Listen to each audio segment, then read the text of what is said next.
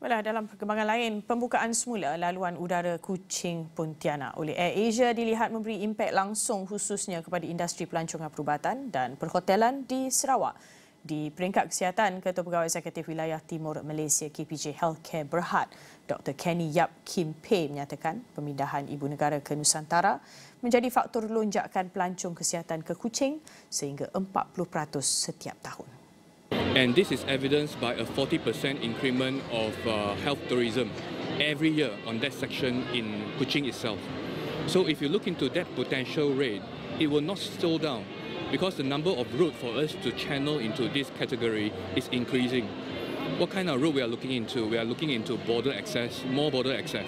Manakala penyelaras pesakit di Pusat Pakar Perubatan Normah, Muklis Muflih Muki mengesahkan lebih 20,000 pesakit dari Indonesia telah menerima rawatan sejak 5 tahun lalu. Dan penerbangan terus dianggap penting untuk mengurangkan risiko kecemasan berbanding melalui jalan darat.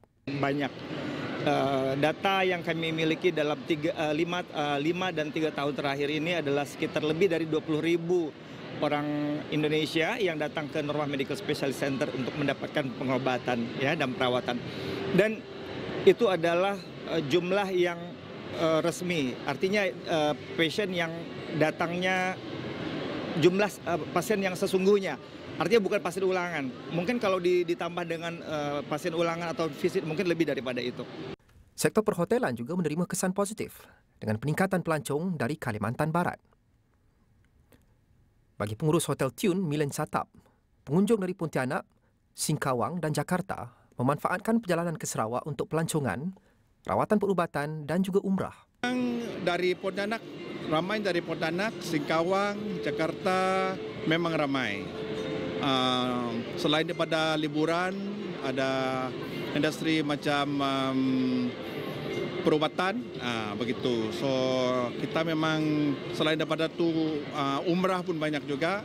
Bagian yang paling banyak pada semesti Pontianak lah.